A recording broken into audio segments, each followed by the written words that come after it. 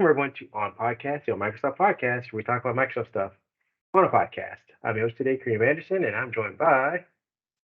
David Allen, the fun one. We are going to be bringing you some not so fun news to today, though. Today is a little more bleak, a little less fun, but we'll try and get through it as best we can. We have an overview discussion about layoffs.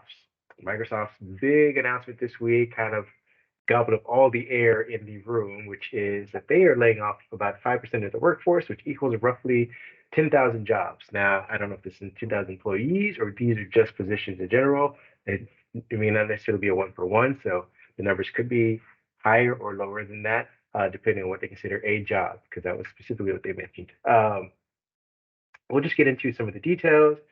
Earlier this week, Microsoft's CEO Satya Nadella shared a note to all employees. I don't know if this was through email, but we know that we got a copy of it on Microsoft blog.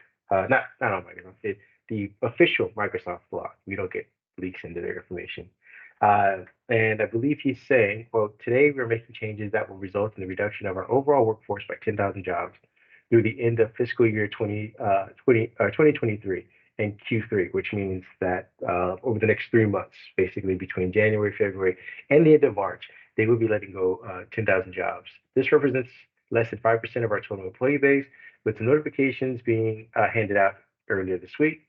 It's important to note that while we are limiting roles in some areas, we will continue to hire in key strategic areas. So they are not under a hiring freeze for anybody who is lucky enough to get a job with them in the next 3 months. We wrote, while Nadella's open letter to employees highlighted the effects of the pseudo post-pandemic economy, he also notes that the company also made some bets that haven't panned out the way that the company initially planned. And he also notes that, quote, these are the kinds of hard choices we have made throughout our 47-year history to remain a consequential company in the industry that is unforgiving to anyone who doesn't adapt to platform shifts. As such, we're taking a $1.2 billion charge in Q2 related to severance costs, changes to our hardware portfolio, and the cost of lease consolidations as we create a higher density across our workspace. Also, in quote, we are committed to ensuring all of these roles are eliminated, all the roles that are eliminated have our full support during these transitions.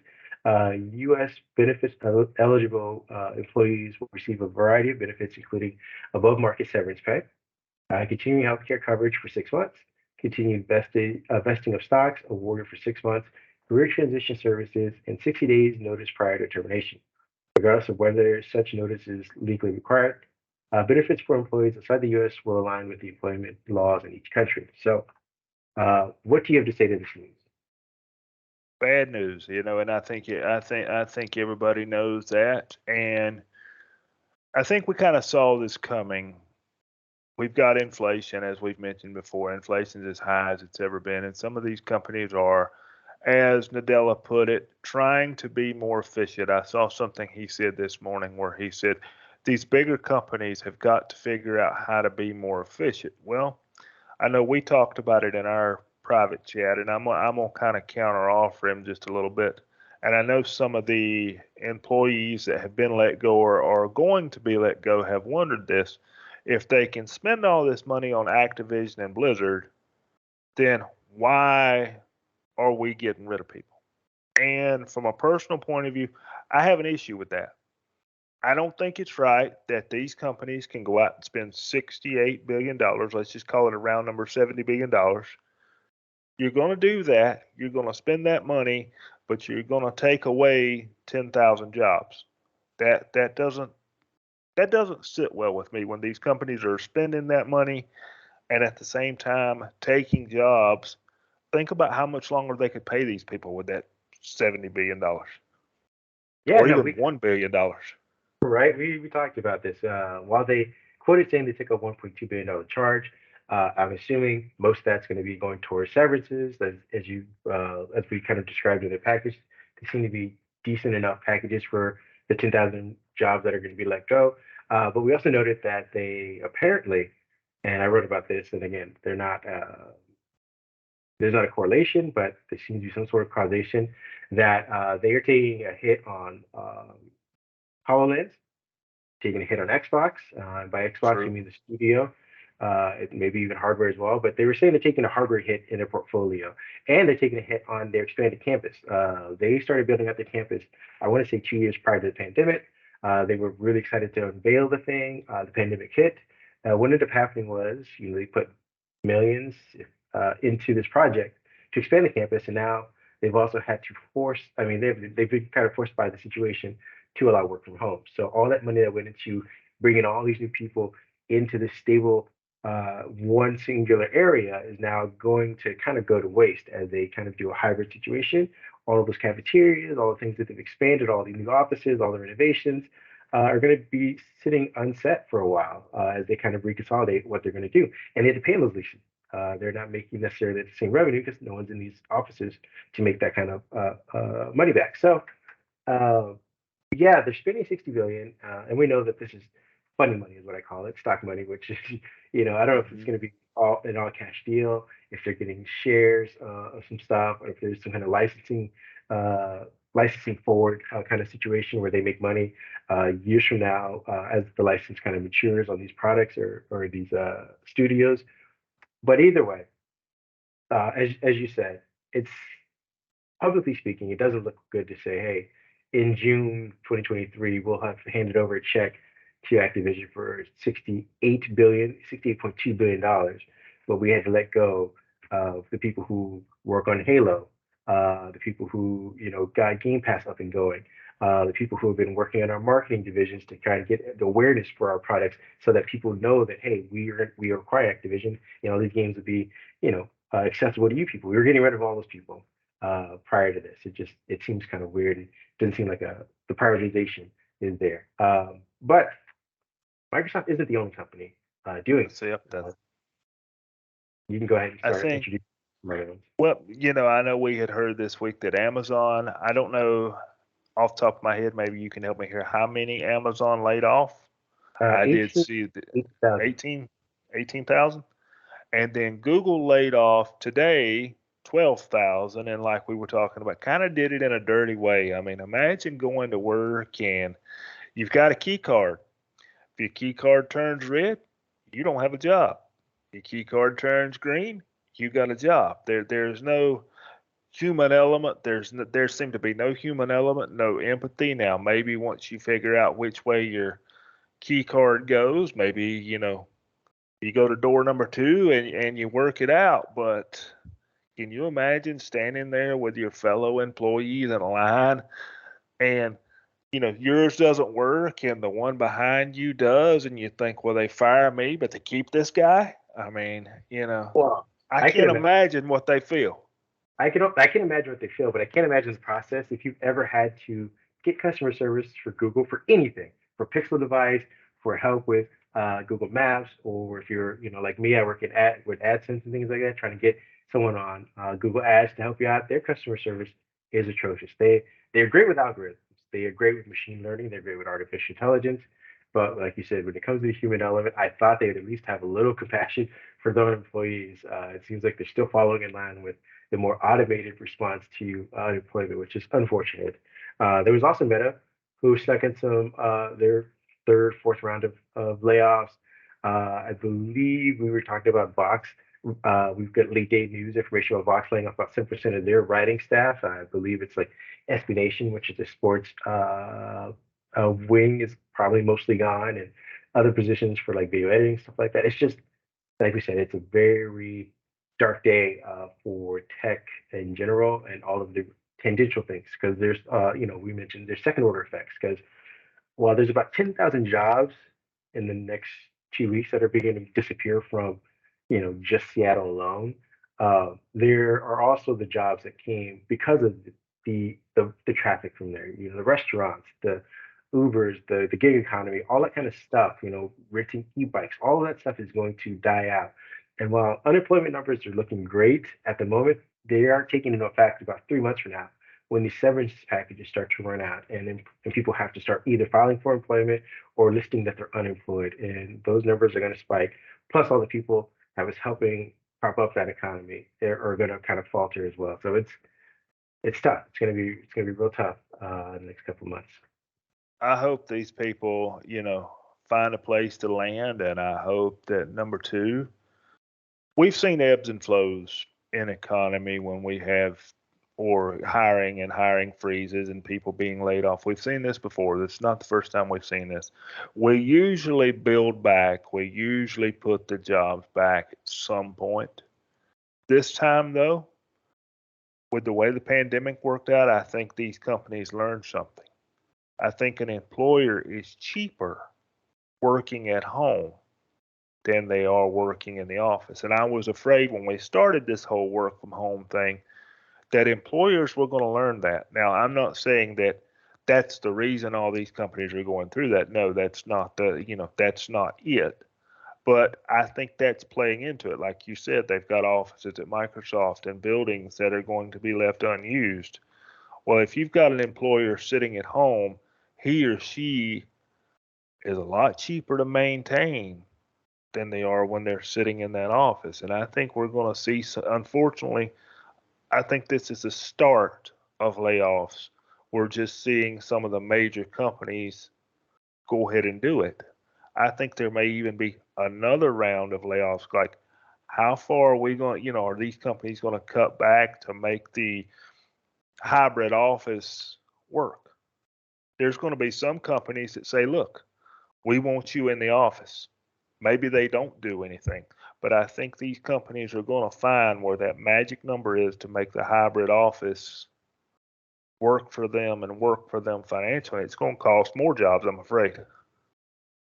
Potentially. I'm going to be the optimist and say that this may be the band-aid, so to speak. I mean, I'm not saying that the wound is healed.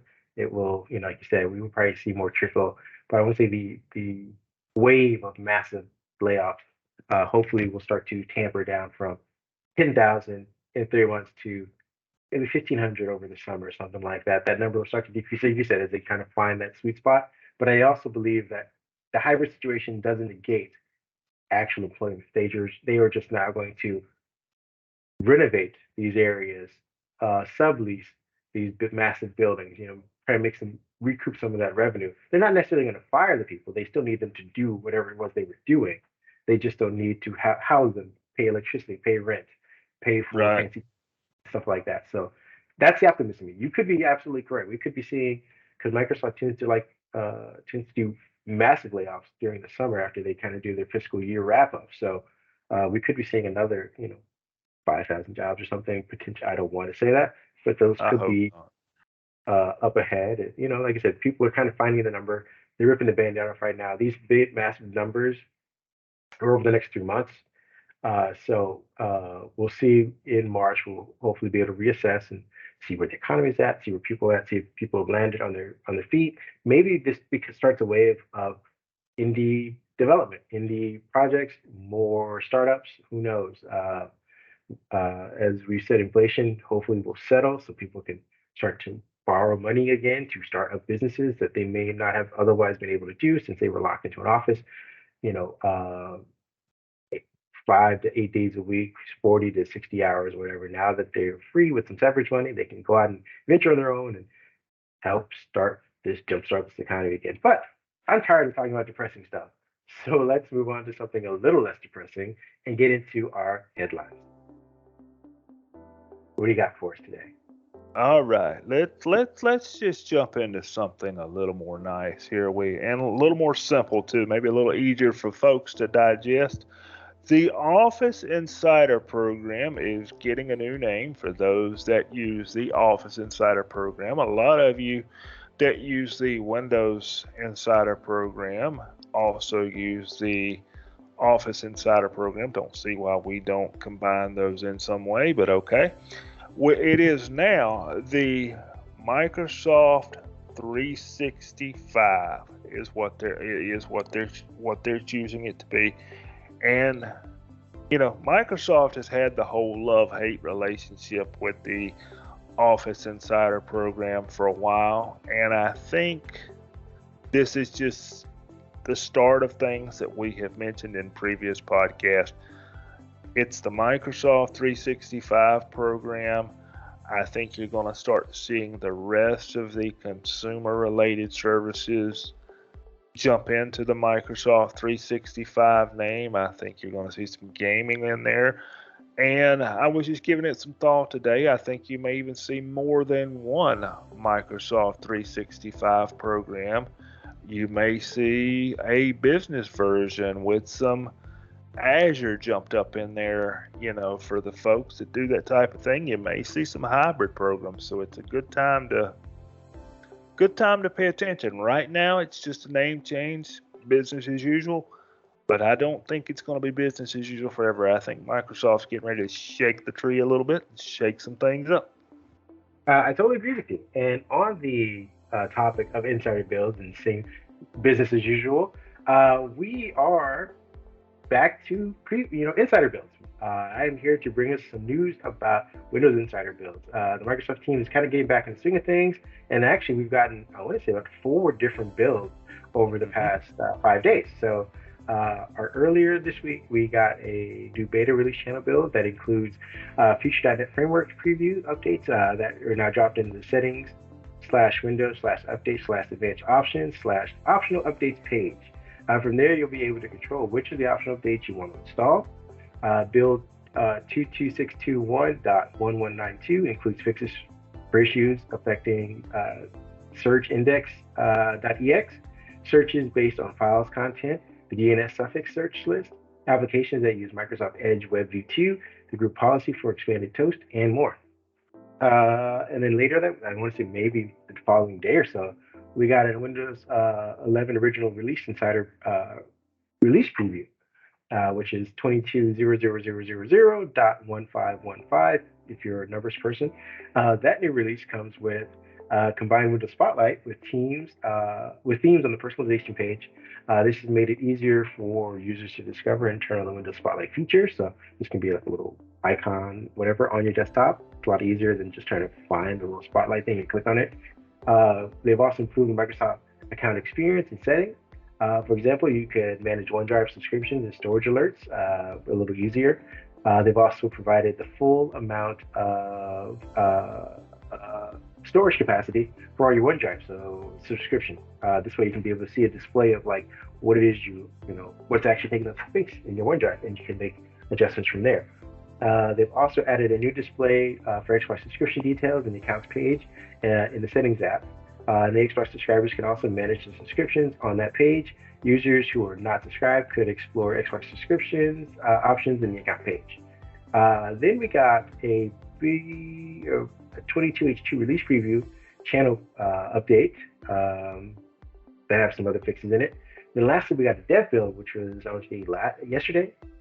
We got it, and this came with some pretty decent visible fixes.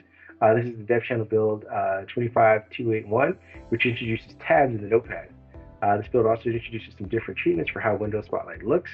All the treatments will continue to share existing core Windows Spotlight features, such as hovering over the icon on the desktop, right-clicking on the icon on the desktop, and double-clicking on the icon on the desktop. They'll bring up different prompts and UI features. The treatment for Spotlight will include a richer UI around displaying the titles and descriptions and learning more information about the image displayed on your desktop via Spotlight. Microsoft also trying out different ways of switching to different pictures with previews, so you kind of get an idea of what's coming up next for your full screen desktop background experience. The beta channel also received one last update that was, I want to say today, that unlocks a widget panel from needing the Microsoft account login. So if you're in the beta channel and you've been trying to test out widgets, but you don't want to use a Microsoft account, you no longer need one. You'll be able to kind of test those out, get your news, and customize however to your heart's content without needing a Microsoft account for that. I believe that is all the updates we get for now. But like I said, we got 4 or 5 builds in 5 days. Microsoft's up and going again.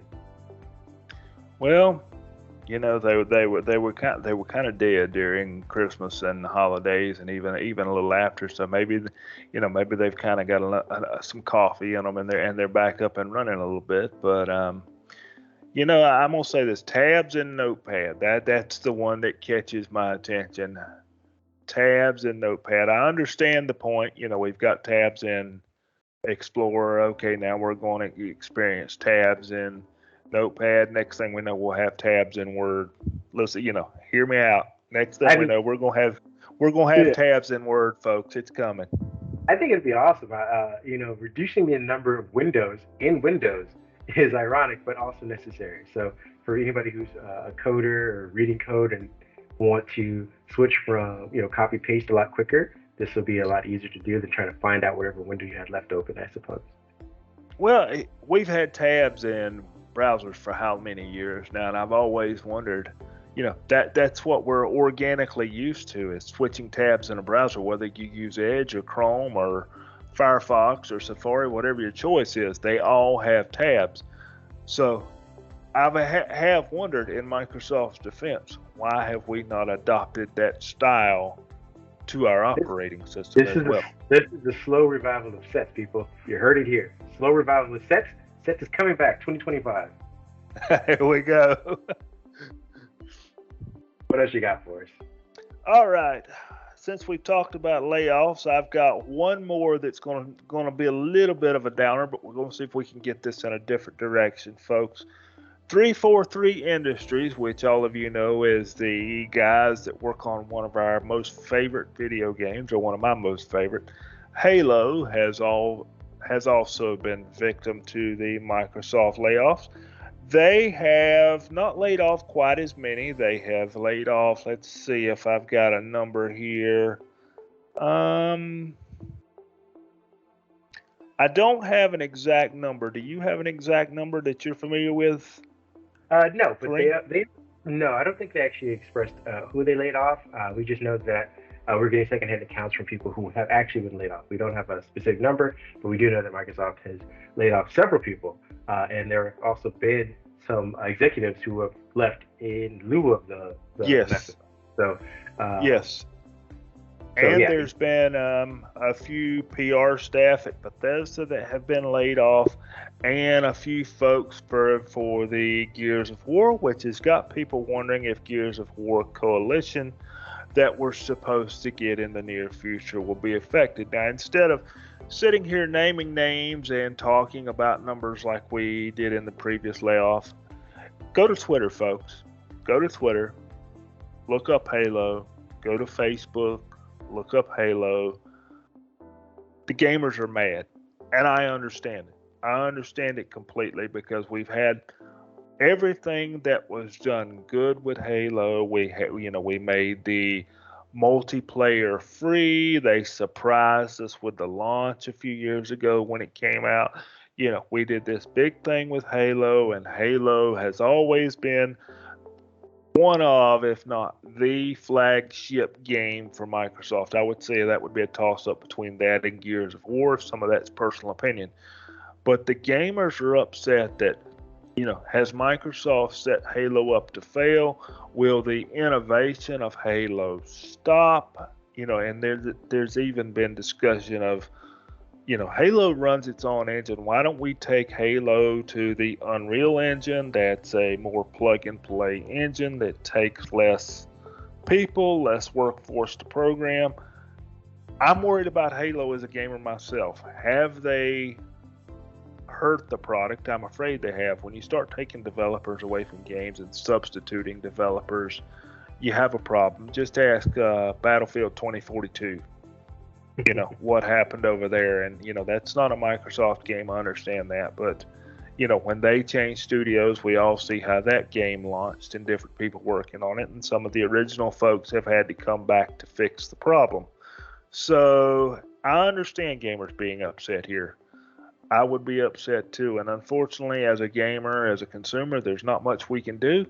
All we can do is wait and see what happens and hope that our beloved title swims its way out. yeah. To that note, again, I'm going to try and be the optimist here.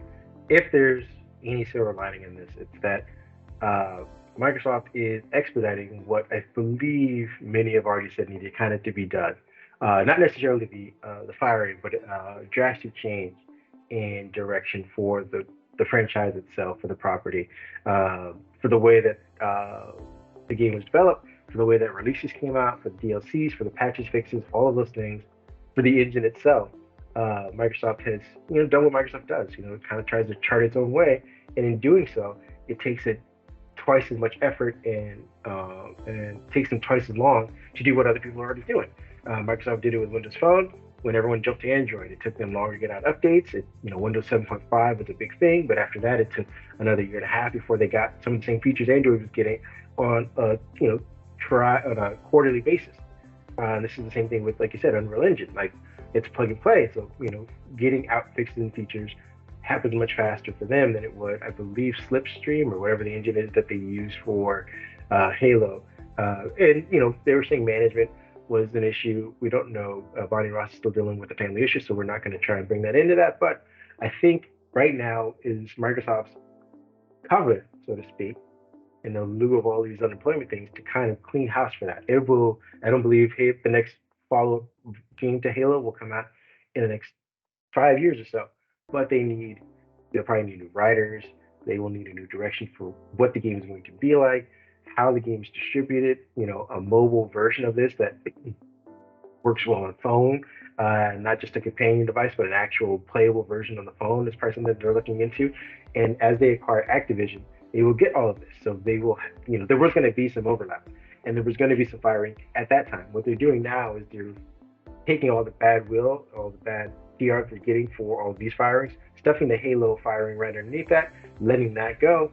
And in June, if things go according to plan, or October, whatever time they get Activision, if they get Activision acquired, they won't have to say, "Hey, we're letting go 6,000 people as we acquire this. We're crossing over jobs." They'll just say, "Hey, we picked up these people and we're putting them on the Halo team because the Halo team now has room for that kind of stuff."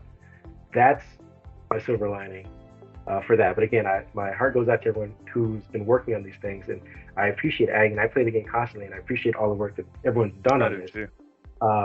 And I think they've done a great job. I hope they get jobs elsewhere, or if they start their own game, let me know, and I'll see if I can try and support that. But that's how I see Microsoft kind of positioning these firings right now to buy them time for Activision to kind of revamp, restart both probably Gears of War and Halo with a new developing team that knows Real Engine and can get stuff out much faster. I think you're onto something there. Activision games have used the Unreal Engine for a while now.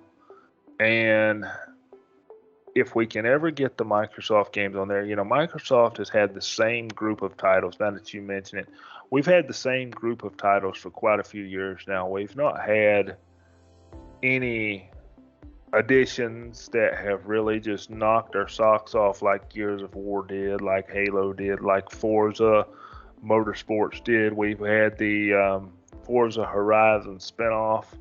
But maybe after we get this merger done, if they get it done, we can get some new blood in the water, as they say, and see if we can get not only some better titles, some better additions to the existing titles, but some better titles out there, some options, if you will, without having to pull on existing IP. Exactly. Or maybe they just revamp it so that Halo plays a little bit more like Destiny and is a little more story driven, and get some get some RPG elements in there that are more than just acquire a weapon and kind of kick it out with some new custom skins and stuff like that. But enough about that. Let's get into one of the other ones we have. Another headline is ChatGPT and Azure, which I believe you already mentioned. I'll just kind of briefly go over some of the details. The company announced that the general availability of Azure OpenAI services, which was previously in preview, will now run alongside the announcement Satya Nadella made this week about the ChatGPT chatbots being available in the OpenAI service. Now, according to Eric Boyd, which is the Microsoft CVP for AI platforms, quote, with Azure OpenAI services now generally available, more businesses can apply for access to the most advanced AI models in the world, including GPT 3.5, Codex, and DALL-E 2, I believe, or DALL-E 2, yeah, backed by the trusted enterprise-grade capabilities of AI-optimized infrastructure of Microsoft Azure. To create cutting-edge applications, customers will also be able to access ChatGPT, which is a fine-tuned version of the 3.5 version, soon. Now, we don't know the definition of soon, but I would assume in the next 3 months, if they're making this announcement, it's part of the roadmap for, like we said, the end of Q2. So, Microsoft's pushing ahead with ChatGPT, even though we just recently announced or wrote about their their funding for the next round. I think they were putting in $10 billion into OpenAI. I think there's a partnership with OpenAI. They also have co-pilots currently underway right now and starting to bring in ideally some revenue for that. So they are all in. But what I believe what we said off mic was that this is a shot across the bow to Google. You can run with that. Yes, I'd like to run with that one a little bit. Google has always been the search engine we go to, folks, for a lot of people. I'm guilty myself. I fire up Edge. Google is my default search engine. I confess I've done it. I think Google has a reason to be worried, or Bing has a reason to be worried here because ChatGPT, as Kareem said, is something different. It's real AI, it's real answers. I have used the bot myself, and it's amazing what that thing will spit out. We don't have a podcast long enough for me to explain some of the cool things that I have seen it do or done myself. And with that being said, we heard today that Google is worried enough that they're asking some of the founders to come back and say, hey, Microsoft has got this thing over there called ChatGPT. They're investing billions of dollars. They've already announced, as we said, that they're going to put it on the Azure platform. If it makes it to Bing, we're in trouble. And folks, I hate to say it, I think Google could get their first round of trouble in the search space. I can't tell you how many years Google has been dominant in the space, but to ask your original founders to come back and help us with an AI project, that lets me know that somebody has felt something at Google that says we better open our eyes, because remember, Google is two companies. You have Google, which is search engine and ad revenue, and then the rest of their products falls under Alphabet. So I believe, Kareem, you were saying the Google revenue is 80-90% of the Google company. We've already got advertising revenue dropping because of the economic conditions. What if Bing throws a nice shot across the bow and says, well, we'll take another 30%. Maybe they take 40%. Maybe this ChatGPT really kicks off and, well, we'll take 50%. And Yeah, watch Google sit over there and struggle because they didn't invest. Now they've got to come up with their own. So Google's playing catch up a little bit here. yeah. And for anyone who's yelling at the screen like you guys are out of your mind and stuff like that, just think of the approach as it being an indirect assault. It is not necessarily we're going to match you feature for feature. As you said, Google's been dominant for more than a decade now in search. They have solidified their position. The problem is that traditional search ad revenue is decreasing across the board for everybody. Facebook has been the first one to kind of bleed out massively for this, but Google has gone from an 89% distribution of their ad revenue for the company to a little over 80 as we speak. So they've lost about 10% over the last several quarters. And this will continue to happen as people become numb to traditional uh, ad marketing. So what the way Microsoft is I would assume essentially trying to attack them is through natural language searches, which Google does a decent job. But when it comes to applying it to productivity, applying it to reporting, applying it to documentation, things like that, Microsoft has that foothold in productivity. When you, like you said, when you're asking a bot to drum up a report for you of cities that have, the most significant economic downturn when it comes to land prices, if you're trying to say, start a franchise, start a McDonald's somewhere in Detroit, and you're trying to figure out these numbers, you can say it to the machine, say it to the AI, and it spits you out a report. That is very valuable, and that's how you get a foothold in search that expands outward. It isn't just me and you saying, hey, what was, who was this actor in this movie? It is more complex than that. It is Power BI tied into all this machine learning that spits out reports and makes everyone else's lives easier. When they think about search, they're going to start thinking about Microsoft in that aspect. Back to an earlier conversation about why Microsoft is still trying in mobile, this ties into that as well. Because the way Google kind of supplanted anybody else was by having Google on the phone. That was your search engine. Like you said, it's your default on things. You swipe up, Google shows up. That's your first introduction in the search. Microsoft needs that. They need to have a way to get Bing into more people's hands, into more people's things, not just the productivity side. So if they can get a phone, any type of hardware, even a more traditional phone, which I am not a huge fan of because I feel like it's following the Windows Phone thing, but if they produce a slab phone that has Bing as the default search, and businesses can tie that Bing search back to their business, back to their reporting, back to all the things that they do in their office, that is undercutting what Google's doing. It's a long con, it's a long game. A lot can happen, but that's why we both are in agreement that Google is waking up, saying, okay, let's get back into competing, pound for pound like we used to. 'Cause they've not had it. I know we're Microsoft guys. We produce content for a Microsoft website, but ultimately, Google has not had to worry about search in many years. And you brought up something interesting there with tying it into the phone. I don't know what you use on your phone, but I've got the Microsoft launcher on my Android phone. And if you notice, that is the one thing that will default to Bing when you install it. Now, to be fair, you can turn it Do you? off or change it to Google. Yes, I'm sorry, I changed mine to Google because of better results. But Yeah, let's see if Chat GPT can get me to change it back to Bing. And I'll throw one more thing out there for the tech folk. My yeah. last point was going to be, you had mentioned it was spitting out a report. Something cool that I did with it that the techies that read our site would be interested in: scripting. PowerShell scripting, Bash scripting. You can literally ask it, write me a script to find files on my device that are larger than 1 gig. Let's say, for example, you're trying to clean up your hard drives.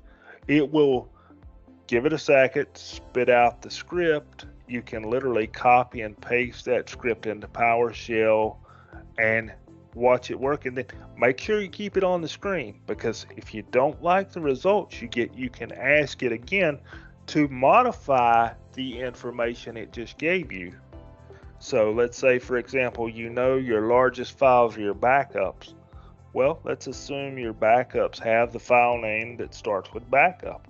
You can tell it, adjust this script to find files named backup that are a certain size, and it'll spit them out. You copy the script, paste it in. That's just an example of what Google has to look forward to in a loose way of finding a way to compete. So search, once again, is going to get interesting. I agree. And with that being said, that brings us to the end of this pod. We hope we didn't bum you out. If you happen to be recently unemployed, maybe skip this pod altogether. Sorry we put this at the end. But Sorry about that, guys. we do want to thank you for joining us, for tolerating us, and enjoying hopefully whatever we give you as far as content. I hope to see you next week. Again, you can find me at Mindhead1 on Twitter if you want to reach out and chat about anything, or if you want to yell at me about anything I've written. Where can people find you? David PAJ 1978 on Twitter. And like Kareem said, you can yell, you can scream. We've heard it all at this point. We would be glad to interact with you, and you can always drop a comment down below too. We keep the comments checked. I'm more than happy to interact with you guys. We can have some good discussions. Anyway, you guys have a great weekend, and we'll see you next time.